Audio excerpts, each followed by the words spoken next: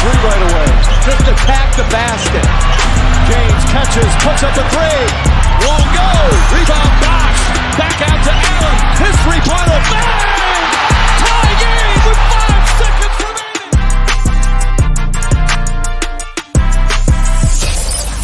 Welcome to the Ultimate Super Coach and Fantasy Sports Show. You are now listening to the Insight Fantasy Sports Podcast.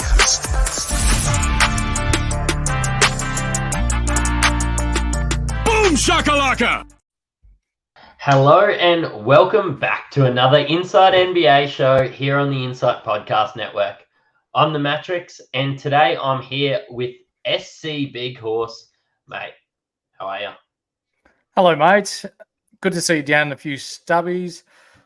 I would really like to be, but Bottle-O's shut and didn't get around to filling up. So I'm going to have to live vicariously through you and your beer drinking abilities for this episode. Mate, I'm keen. I've just done 3 or 4 during the NBL show, which is of course the Australian Basketball League. But I love all things basketball. So we're here today to talk about point guard tiers in the NBA. That's the American Basketball League. And this show is brought to you by Fantasy Scores. It's leveling up your fantasy basketball drafts by giving you the analytics to help you punt categories, assess player value, and find the right sleepers to help you win your leagues. You can use the code INSIGHT on Fantasy Scores to get yourself $5 off. And I know I've been using them. I was just telling you off air that I've got a points. Like, I know a lot of us, focus on 9-cat head-to-head leagues, but I've got a points option draft coming up. And the fact that you can set what your salary cap is in your option drafts, and it comes through and rates everybody, I'm pretty excited for that. Yeah, it's pretty elite. And for me, I've just been sticking with the 9-cat leagues myself, and having it being able to put in mock draft numbers, keeping it live with each pick that goes through. You can update it. You can punt builds. It's fantastic. It's taught me a lot about how to draft and how to draft well. We're going to bring up the squeeze and Ryan from Astute Newstead a bit later on. But on today's show, we are going to be ranking the point guards into tiers. We're going to be going through the best point guards at similar positions in your draft to help you make the best decision. So, if we're in one tier and it's got 3 guys and you rate somebody as another tier, it's probably because they've been sliding in drafts. And we're going to tell you that if you're in that similar position in your draft, with what categories you're punting, who's going to be the best choice for you. We're going to go through, some of those strengths and weaknesses of the players, and of course, throw in a couple flyers for those deeper leagues. Or if you're feeling spicy, there are some guys that could win you your comps. Absolutely. If they exceed expectations. But let's get into those tier 1, those top 10 point guards. And it would be hard not to bring up Luka, Halliburton, and Shai Gilgeous-Alexander. Rate them into 3 for me, my friend. Okay. So when we're talking tier 1, I'm talking these guys are probably top 6 or 7. Luka's been going 2 and 3, depending on who you ask. He's nearly creeping in front of Embiid now, but why? Like, for me, he's a turnover machine. He's got Kyrie beside him. He's not going to be the sole distributor of the rock. I see SGA as more upside and more valuable pick than Doncic this year. So I'd actually go SGA 1, Luka 2, Hallie 3. What about you, mate? Look, I've got Luka quite high, but when I'm doing some research, and I'm not going to drop Fantasy Scores because that's where we're getting our stats from. I'm not going to drop them every 10 seconds. But if you go through their stats on the 22-23 season, you have to punt free throw percentage and turnovers for Luka Doncic to be, say, the 3rd best player. Shai Gilgeous-Alexander on last year's stats is the best guy out of these guys. Mm-hmm. But my concern is I think Luka will do what he's done in the previous year, whereas I think Shai Gilgeous-Alexander, I think it's going to be really hard for him to keep up that really high output that he got last year. So I've got Luka, Shea, and then Hallie, only because I think if you end up taking Luka, you just start punting categories from the word dot. Whereas That's right. Shea, it's not as clear. I think that you would, you could start to lean towards turnovers, rebounds, and 3-pointers. But I think if you take Shea and even Halliburton in this first round, I don't think you start punting till your second pick. What's your thoughts? Absolutely. You could pair them with anyone. As you just said, with John Doncic, you're pretty much going one way right off the bat. Whereas these two, they sort of leave you open that you can afford to pick the best available player when it comes to your pick on the turn. So you're not pigeonholed into having to go one way, which for us, like, you've got to be able to pivot. You've got to be able to change your plans. And picking Doncic to a degree is almost pigeonholing you to go one way. Yeah, so I suppose I'm backing your point behind a Shea or a Hallie. I could see Tyrese Halliburton becoming a lot better player than he was last year, but I'm just not sure I could see that from Shea. I still think Shea and Hallie are going to be right there beside each other, but I think there's a bit of growth in Hallie if you can take him in and around. We just saw him go in the 7th and the 8th pick in an extremely competitive league, so there's a bit of value there. Absolutely. When I go to that sort of second tier and it's starting to lead from the 8th pick to the 12th pick, I start talking about people like LaMelo Ball and Steph Curry. I think, yeah. Shout out to the Hornets. I heard you called your kid. Can the Hornets? That. My favorite player, Kai Jones. But do you have LaMelo or Steph higher? I've Steph higher. Steph's got the runs on the board. LaMelo's good to a degree. He's almost like a punt field goal percentage type of guy. Consistency, I guess, and games played is going to be an issue for LaMelo. We've seen the last few years, Dickie ankle, they've sat him out both years. If Charlotte's in with a chance to play in a final series or make the playoffs, then he'll keep playing. But if they're as bad as what they've been recently and don't show any real improvement, does he sit again come February, March? Or is he going to push to try and play that 65 games that we all now know you have to play to receive NBA honors or to receive NBA awards? Yeah, I think we could see that. It's hard with Steph because I also see the Golden State Warriors holding Steph back a little bit. I think maybe the addition of Chris Paul attributes to that. And then just like maybe Steph only plays that 28 minutes a night. We got to remember he's 35 years old. I know your age, but I know that that's roughly our age. And I'm still hurting from basketball last night. I know that this guy is a premier athlete, but you just start to think that maybe he takes a little bit of a step back this year in, I suppose, that push for a championship. Yeah, I think you're right. And I'm a little bit worried about taking both these guys. I've actually traded down in a draft from the 7th pick to the 12th pick, hoping to get LaMelo rather than taking Steph.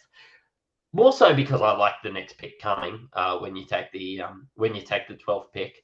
But LaMelo ended up going 11. Steph went in and around that 7 range. But I think Steph is the right decision if you've got the 7th pick. But I also don't want him in my team because of some question marks there. LaMelo's at least young. I know he's injured. He was injured for a lot last year. But because he's young, I'm more likely to risk an injury more so than Steph has had those years where he's been injured. Yeah, he has. His ankles in previous years hasn't been great, but an off-ball Steph Curry running off screens, like that could be really dangerous. Assists will probably be down, but points, field goal percentage, like he may get better looks because they're going to create space for him. I think on a per-game basis, Steph is a better player. I just wonder whether he probably doesn't care about those NBA accolades. I don't think so. I think that Steph is a big enough of a team guy to just want to win a championship. Yep, I'm with you there.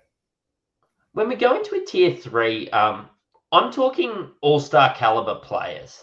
So I start to talk about, of course, we just talked about the 12th pick, which I consider LaMelo to be at. We start to talk about your Kyries, your Lillards. I had Lillard sliding a little bit if you listen to our emergency podcast. So I don't have him in that 7 to 12 range anymore. But you've got your Kyries, you've got your Lillards, you've got your Trey, you've got James Harden, and I've got Fred VanVleet. What is the range that you would have a Kyrie, a Lillard, a Trey, a Harden, and a Fred VanVleet? And when would you look to take them? And maybe who would you take over the other ones? So for me, Kyrie, Lillard, and Trey all second round quality. Fred VanVleet, early third round. We just did a draft recently where I picked him up towards the back end of the fourth round, which I was stoked with that value.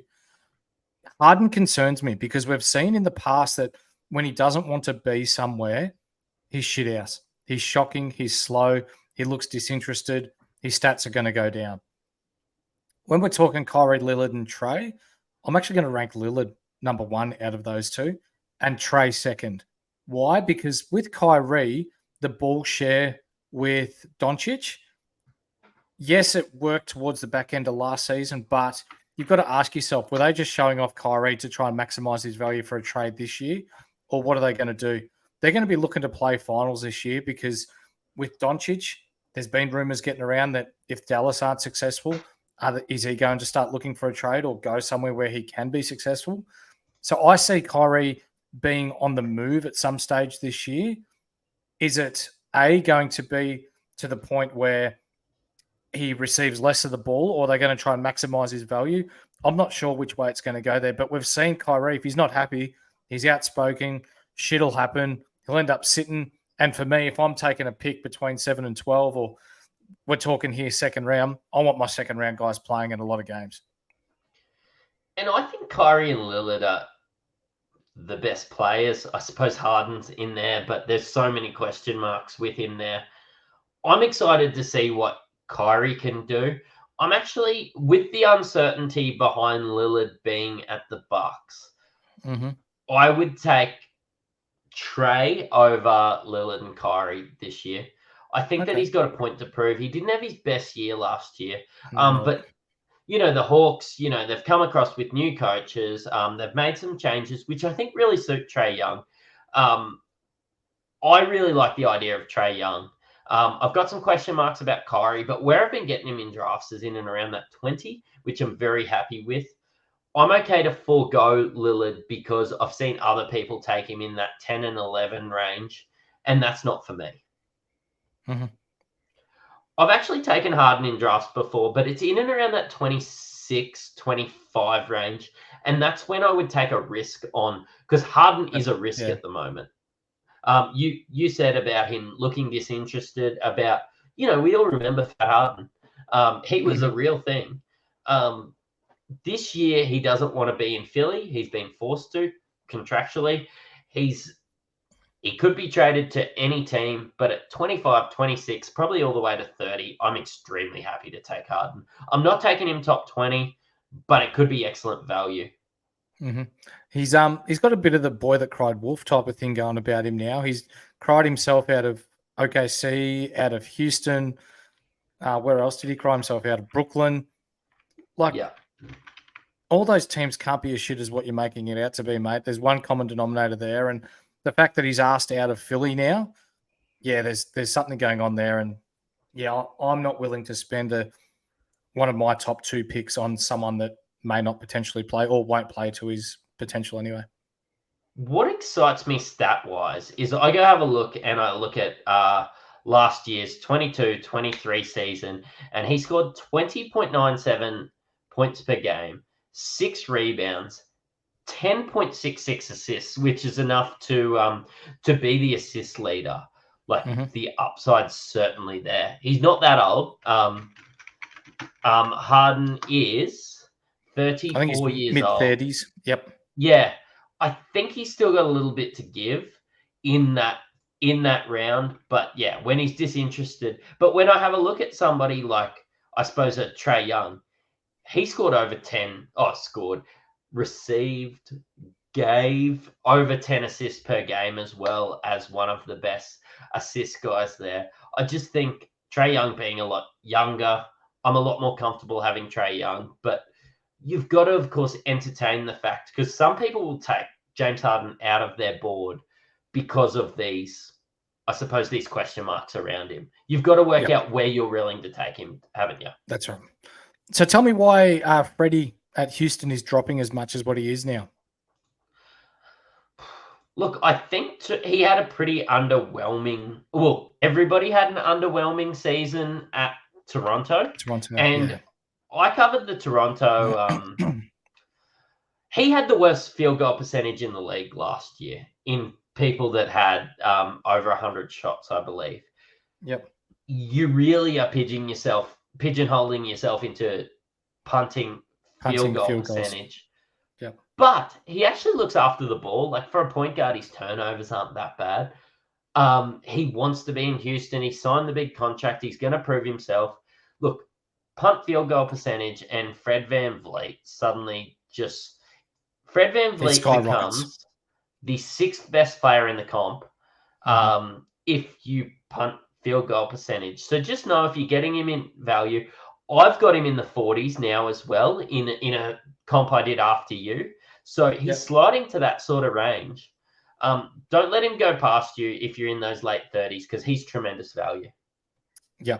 And for someone that's 5 foot fuck all, he gets a lot of blocks too, or what we call stocks, steals and blocks. Yeah, look, he gets 2 steals a game. He has got a block before.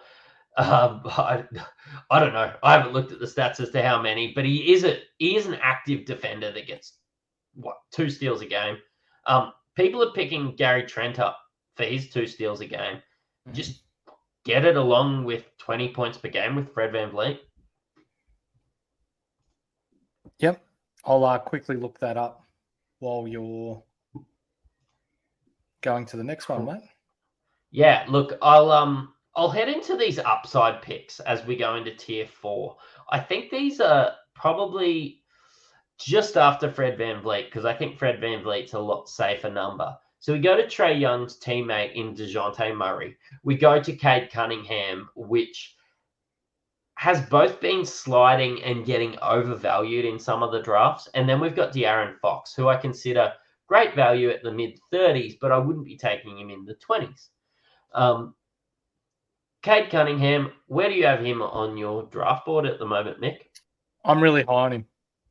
Like really, really high on him. I think he's got tremendous upside. He is the man in Detroit.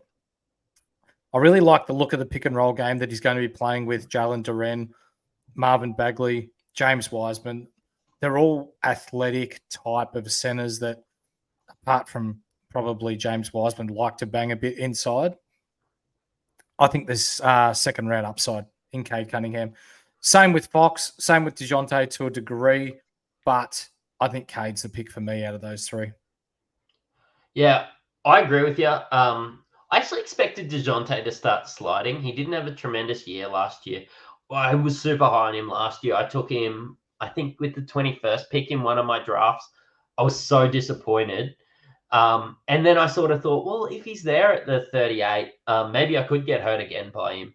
But I still find people taking him at 30, which I think is nearly DeJounte's ceiling. When Cade slides into the 30s, I salivate. I get very excited about that. But Fox has his deficiencies in his game. Like when you have a look at... tell me about Fox's deficiencies. Like we know that his free throw percentage isn't good. His turnovers aren't that good. He doesn't block. No. Like he doesn't He's almost rebound. like for me, if I'm in a draft or a mock draft and I end up picking up Giannis, he's my number 1 person that I'm looking to pair Giannis with and punt free throws straight off the bat. Well, you start punting free throws and then you can start punting 3-pointers as well because he is one of the few point guards that doesn't actually shoot the 3 ball very much, isn't he? No, you're right. He's got a tremendous mid-range game and works really well with Sabonis in that 1-2 game that they've got there. But yeah, for a point guard, doesn't shoot a lot of threes. If we're heading into, I suppose, the next tier, and I've probably got them 40 to 60. Garland is the head runner for me. Definitely. Probably didn't have the best season. We're going to be talking about Donovan Mitchell a lot in the shooting guard tiers. But it goes Garland, Brunson, Drew Holiday, Jamal Murray, and Giddey. Where do you sort of start ranking these guys? Garland, definite number one there for me. Brunson, I'm wary of. I really like his game, but when we're talking about Tibbs' system and the way that he plays players a lot of minutes, I fear that he will get injured or hurt or fatigue really easily. Holiday, he's probably gone down a little bit for me since heading off to the Celtics. Like we saw today, I know it's just a preseason match, but they went with a team that was comfortable together, a team with chemistry, and they rocked out with Horford at the 5 and Derek White at the 1. So when you're looking at that, he could potentially play 24 minutes off the bench and run that 6-man unit, which would then probably put him to the back of this queue. Jamal Murray and Giddey, depending on what format you're talking.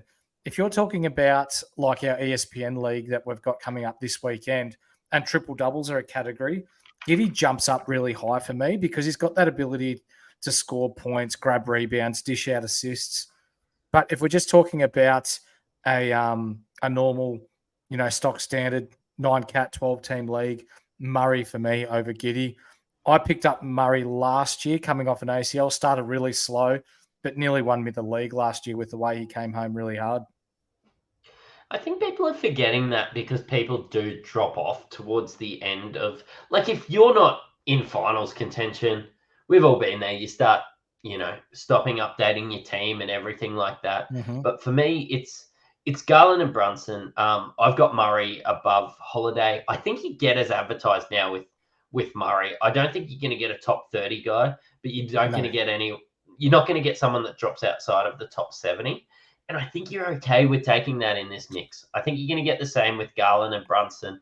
Drew Holiday, there's question marks. And Giddey, he's just so young, isn't he? And you've got question marks around Shea, and I suppose Chet Holmgren's coming in. Like, Giddey was one of, if not the second guy last year. Is he the third or fourth guy now? Fourth. Yeah.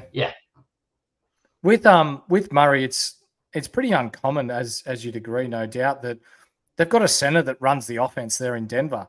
So for him to be productive, he's got to be hitting his threes because his assist numbers aren't really that high for a point guard. Yeah.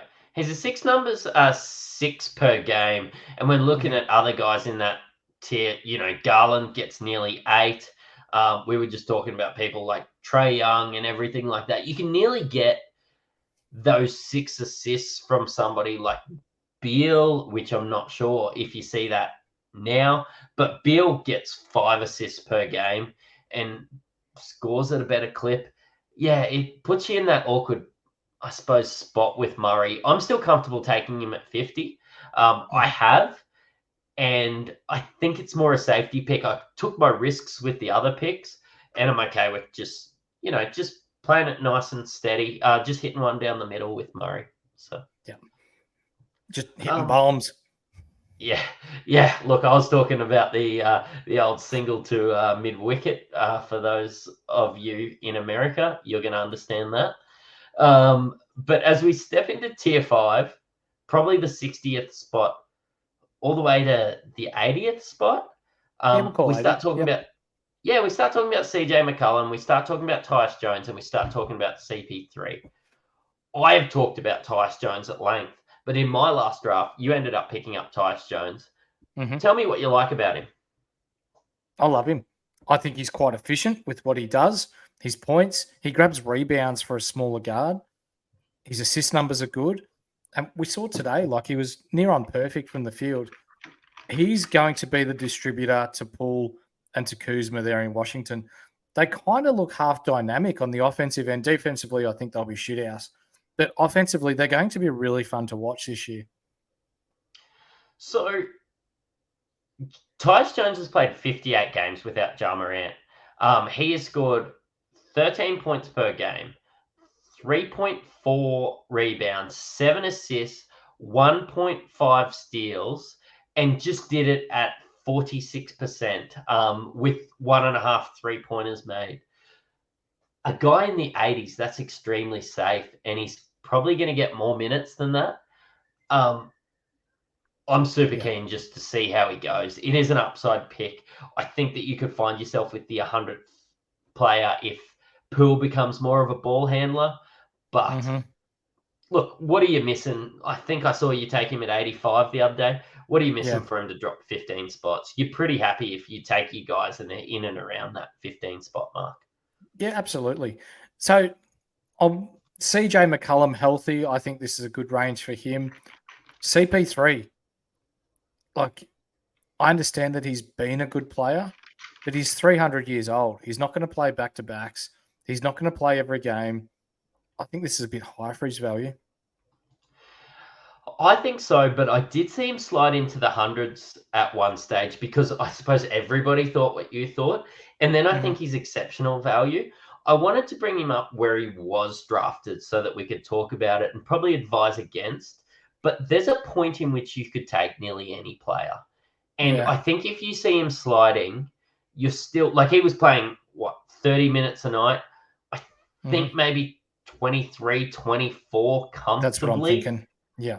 Yeah. Like, I still think he'll average you 14 points and 8 or 9 assists.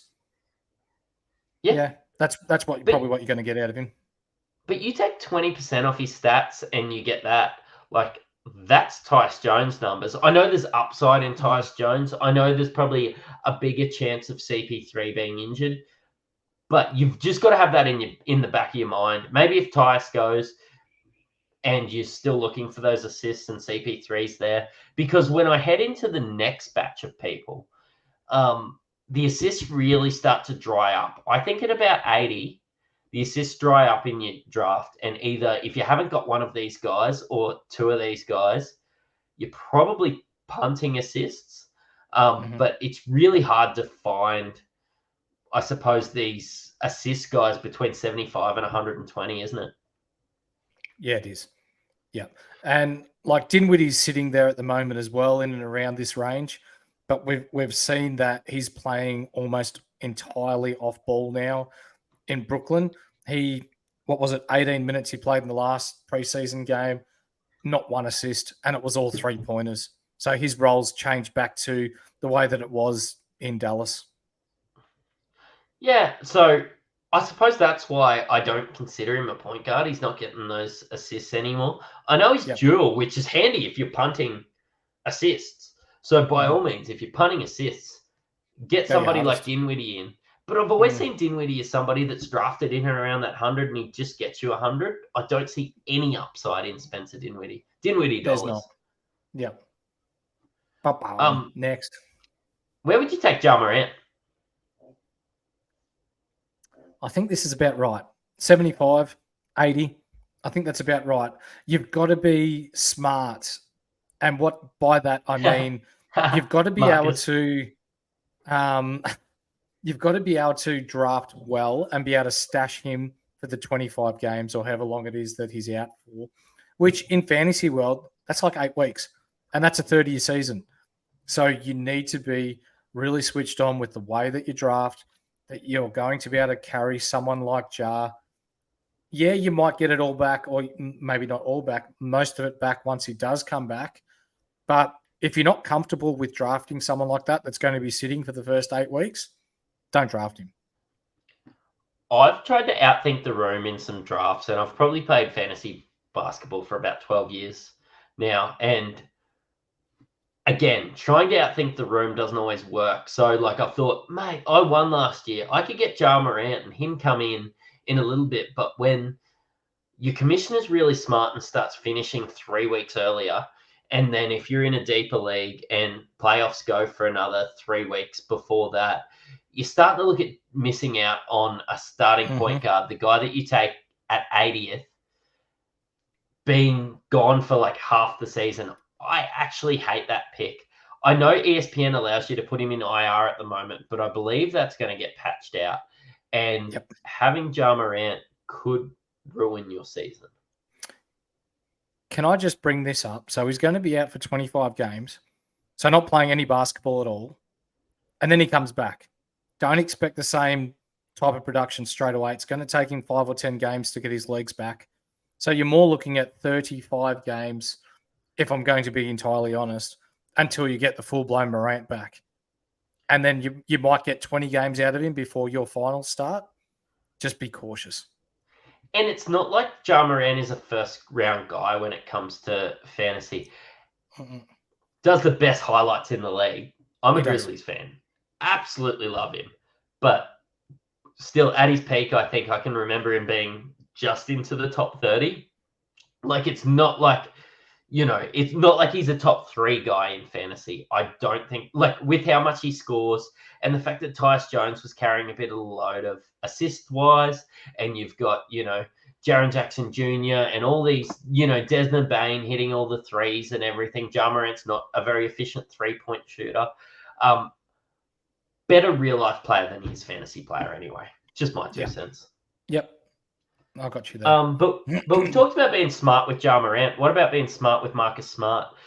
Because I see that him getting a little bit of a bump with Ja Morant out, playing that point guard role. I still think he's going to be the best defender on the team. I still see him starting maybe at that shooting guard after that anyway. But his production should be up at the start of the year, which 25 games is a long time. Marcus Smart could be somebody that you could look to get and then maybe trade 4 or 5 weeks into the season. Exactly thoughts? what I was going to say. Buy low, trade high. 100%. Yep.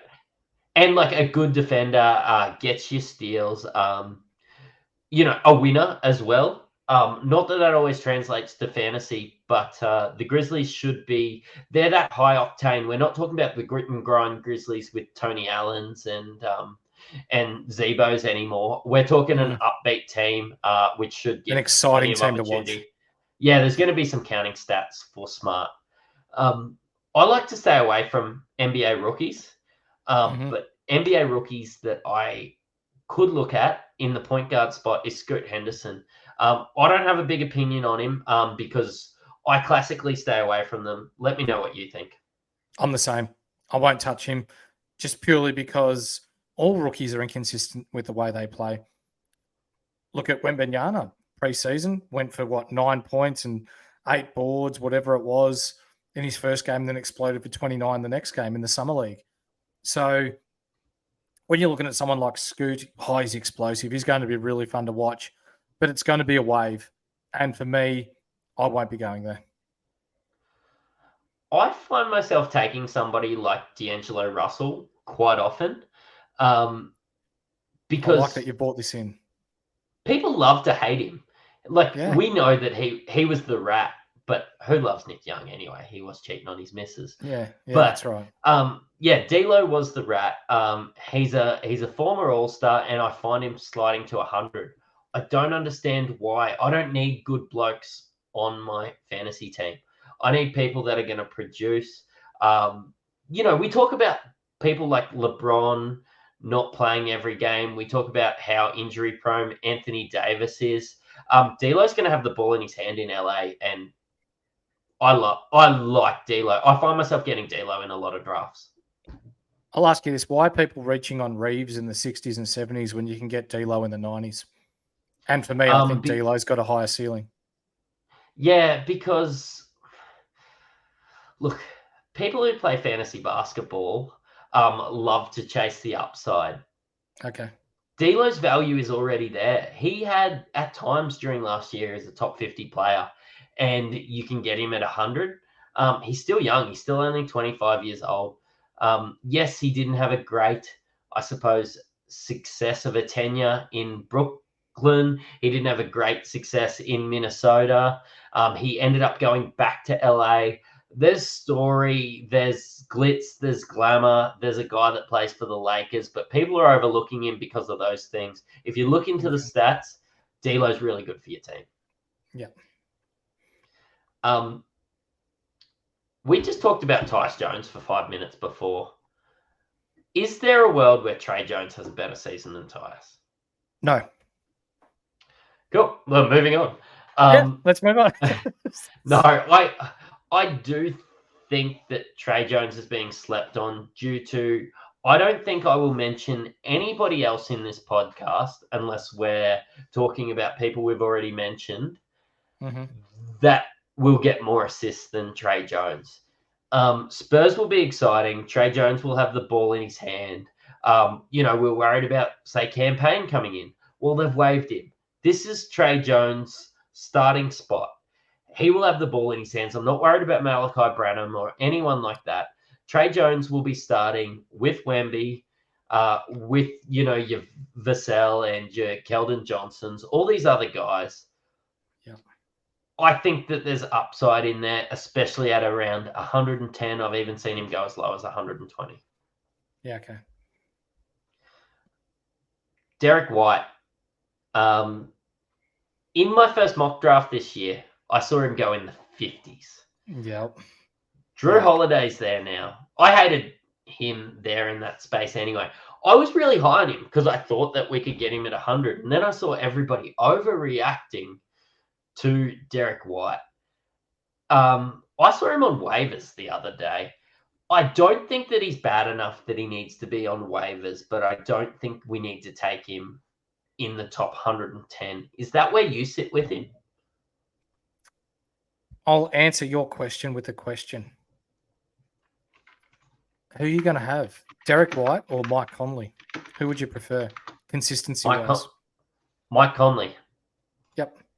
So why would you pick Derek White, someone that's going to be battling for minutes with, Drew Holiday, when you've got Mike Conley there, starting point guard, who's going 120 in drafts, who is the clear number one point guard?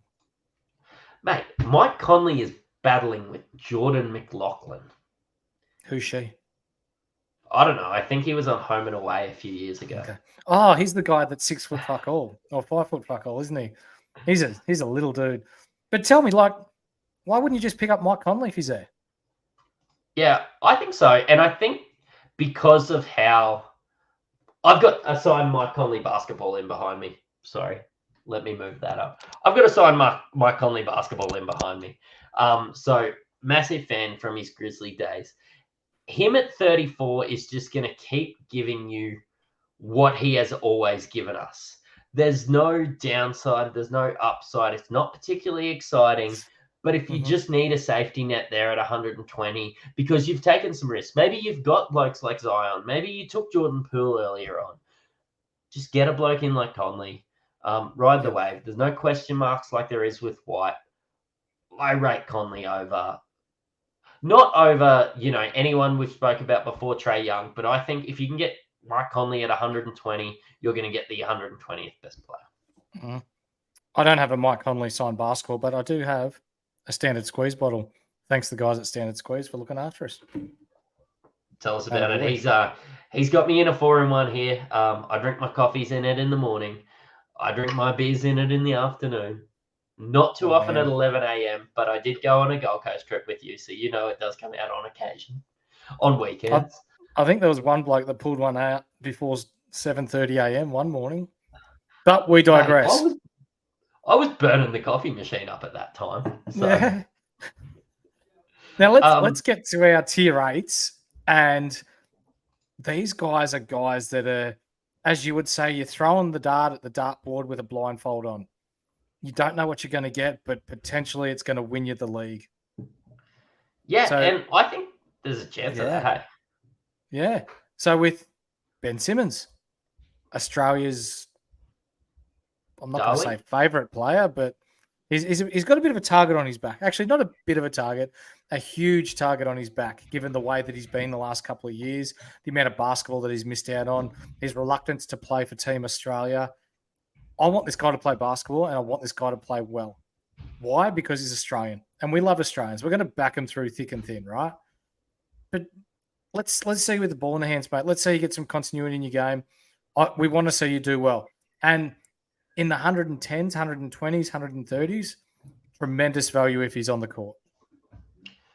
And you know what? Like in a league that goes 144 deep, the guys that you're taking 130, you're probably willing to drop if they're not working anyway. If those guys are Ben Simmons, I'm extremely happy. Yeah. I'll throw another couple to you. Russ, Westbrook, Schroeder, Markel Fultz, who's dropping considerably lately. I Give me probably 1, 2, still 3. take Who are you picking? Fultz, Schroeder, Russ. I love Fultz. Like if he's still there at 85, 80 even, I'm taking him. I really like him. People like fall in love with the fact that they want to see 3-pointers from their point guard. You don't need it if you've worked your team a certain way, and Fultz can be great value in there. Yes, I think that he's going to be a top 100 guy regardless. Have a look at Fultz's field goal percentage from last year. Yeah, go on. What are you seeing? I'm seeing. Hold on, I've got to close all the Tyus Jones that's spam. okay. So Fultz's field goal percentage last year was over 500. Like from memory, it was almost 54% from the field. That would be the top, if not very close to the top for point guards in the league. Yep. So when you're getting someone like that in your team, that boosts tremendously your field goal percentage. He gets you steals, he gets you blocks, he gets you assists, he gets you out of position rebounds. He's a nice player that just does a bit of everything. Just don't rely on him to score a lot of points. Yeah, but like at a dart throw at 110 to 140, are you really going to get that many points anyway? Unless you're taking somebody like a Jordan Clarkson. Like you start taking somebody like right. Jordan Clarkson, but then you don't get any of those other things that Fultz gives you. Mm-hmm. Cam Thomas, maybe? Yeah, exactly. Schroeder, there's a lot of question marks around Toronto, but one thing that we saw in the World Cup was Schroeder can score, and he's going to be starting for Toronto. If you're in 140, you don't just throw a dart at Dennis Schroeder. Maybe. I think he's all right as your last pick, but I'm a very firm believer, and like I drafted Scotty Barnes in our league for this reason. I think Scotty Barnes is going to be the premier distributor in Toronto this year. So I think he's going to be less of a facilitator and more of a scorer, which, who knows, that may work in his favor.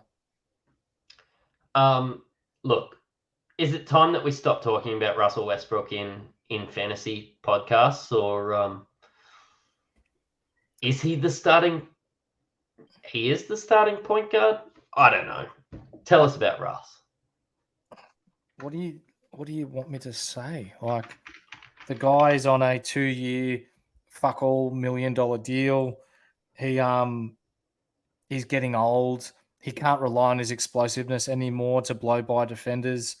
I'm not sold on Russ. And I don't think you'll find the big horses will take a punt on him this year. If you look up Russell Westbrook on fantasy scores, basically the whole thing is red. The only upside spot is those assists, but he ruins field goal percentages. He ruins free throw percentages. He ruins your turnovers. He doesn't get blocks. He doesn't really get steals. He ruins your 3-pointers. Like, I don't know. It's time to move on from Westbrook. In his preseason game today, he didn't hit a shot in 15 minutes. There you go. So potentially, do we see Bones Highland start in LA and have Russ coming off the bench? Yeah, look, there's a chance. I think that we do get a look and see into spots like this, but the amount that Russ is getting paid now, you do see a pathway to that. And Fultz, I've just looked up today's results. 5 from 7 from the field, 4 boards, 5 assists, 1 steal, no turnovers, 10 points in 20 minutes. Consistent. I like it. I like it too. The next category is, I suppose, absolute flyers. These guys are not going to win you your leagues. If you're in a deep league that goes 180, 200 deep, You could add a couple of these guys. Look, would you look at, say, a Lowry or a Melton or a Quickly? I wouldn't in a 12-team 9-cat, but could you? No, Lowry, you're not going to get the games out of him. Melton, yes, if Harden moves. I started last year with Melton, and while he was good at times, there were times or games, whole games for that matter, where he'd just go missing and give you nothing. So from that consistency point of view, he's probably burnt me a little bit. Out of all the ones that we have there, so we got Malcolm Brogdon, Jalen Suggs, who's really nice defensively, but hasn't worked it out offensively. Cole Anthony, who I still believe might be on the move before the season starts. And I've added a late one in there in Campaign. I think Campaign offers some really nice value at Milwaukee there, running the second unit alongside Bobby Portis. Yeah, and I think when you start looking at those deeper leagues, there is value in all these guys. And I know that us on the podcast have been focusing on these 12-teamers, but I'm really comfortable taking Lowry at 170 in a 20-man 10 player deep draft. I'm comfortable taking a punt on Brogdon if I can put him in on IR at the start of the year, if I don't have injury concerns elsewhere. Cole Anthony could win the position over somebody like Fultz. I don't really see it happening, but at 190, Cole Anthony's going to be playing basketball. Look, that's sort of where you need to look at with some of these players, don't you? Absolutely. And just recently, Orlando Magic have come out and said Markelle Fultz will be the starting point guard and Cole Anthony will be coming off the bench. Excellent. Is there anyone else you want to talk to about with point guards? I suppose I want to stress that it's not the end of the world if you don't end up with these tier 1, tier 2 point guards, because there's so much value in that second and third rounds with your Kyries, your Lillards, your Trays, your Hardens, and your Fred VanVleets. You do get better value on people like that if you start punting categories early, like Fred VanVleet. Fantastic. You've just got to punt field goal percentage. Field goal percentage. Yep. Yeah. Trae Young, great. You've probably got to punt field goal percentage and turnovers. If you miss out on one of these guys, there's only 5 of them in the first round. It's not the end of the world. Pick up somebody, bolster your team, and just move forward. And you can still win your comp. 100%. Now, did we bring up Emmanuel Quickly from New York? Oh, talk to me about him. He can really light it up when he's on. I think he'll be that, again, the sixth man at New York, where he comes on, he gets his 20 minutes a night and just takes every shot that he can. I think with Dante DiVincenzo there and some help in the second unit, he could potentially be of value in deeper leagues. But the only other one I can think of off the top of my head would be Malik Monk from Sacramento. That man can really let it fly when he's on. Don't expect many assists or rebounds out of him, but threes-wise, field goal percentage, it's either going to win you or lose you week. So, watch this space on Malik Monk as well. How deep do you have to go to add somebody like Malik Monk? Is that 230 deep? Is that 220 deep? Is it 200 deep? I think he's not draftable, but he's streamable. Okay. Yeah. Excellent. Yeah, I had him last year and he burnt me a couple of times. So, he's in the do not draft in bracket. But again, with favorable matchups, and if they've got 3-4 game weeks, he could make his way in for the week. Excellent. We ready to wrap it up? I think so. Thanks for coming on. Thanks for talking about point guards. I know that we've got our small forward one out. I know that we're working towards centers, shooting guards, and power forwards in the next upcoming days. You've listened to an Inside NBA podcast. See ya.